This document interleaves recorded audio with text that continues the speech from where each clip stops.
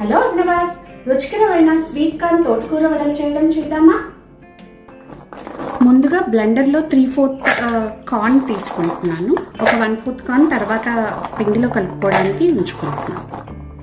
తగినన్ని పచ్చిమిర్చి, అల్లము, జీలకర్ర.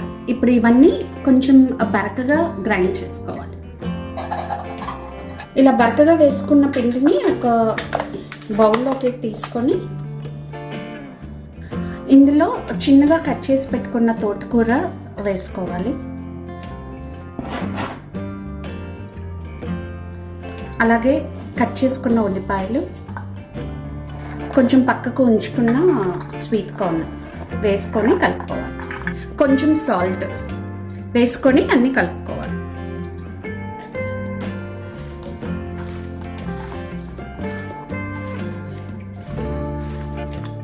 కలుపుకున్న తర్వాత కొంచెం శనగపిండి, 2 స్పూన్స్ బియ్యం పిండి వేసుకొని కలుపుకోవాలి.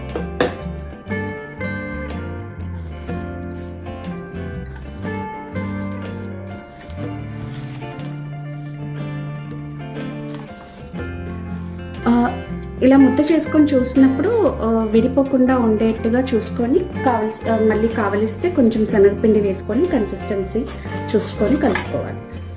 ఈ పిండిని ఇలా కలుపుకునే లోపల స్టవ్ మీద కడాయి పెట్టుకొని నూనె వేడి చేసుకోవాలి. నూనె వేడి అయిన తర్వాత పిండిని ఇలా చేతిలోకి తీసుకొని కొంచెం ఆయిల్ అప్లై చేసుకొని ఇలా వడల్లాగా వత్తుకోవాలి.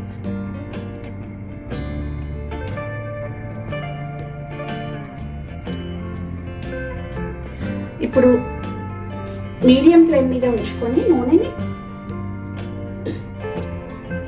వడల నూనెలో వేసుకోవాలి.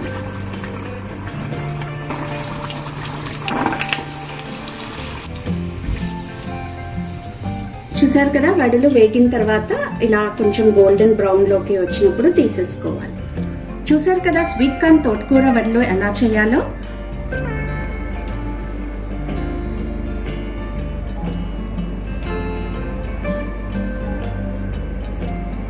కొంచెం క్రిస్పీగా లోపల మెత్తగా చాలా బాగుంటాయి. మనకి టైం లేనప్పుడు దాన్ని వడల్లాగానే కాకుండా పకోడీలాగా కూడా వేసుకోవచ్చు.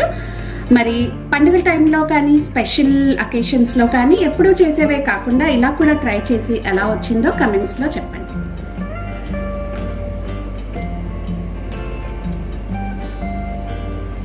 మీరు కూడా ట్రై చేసి ఎలా వచ్చిందో కమెంట్స్లో చెప్పండి. Please like, share and subscribe. Thank you.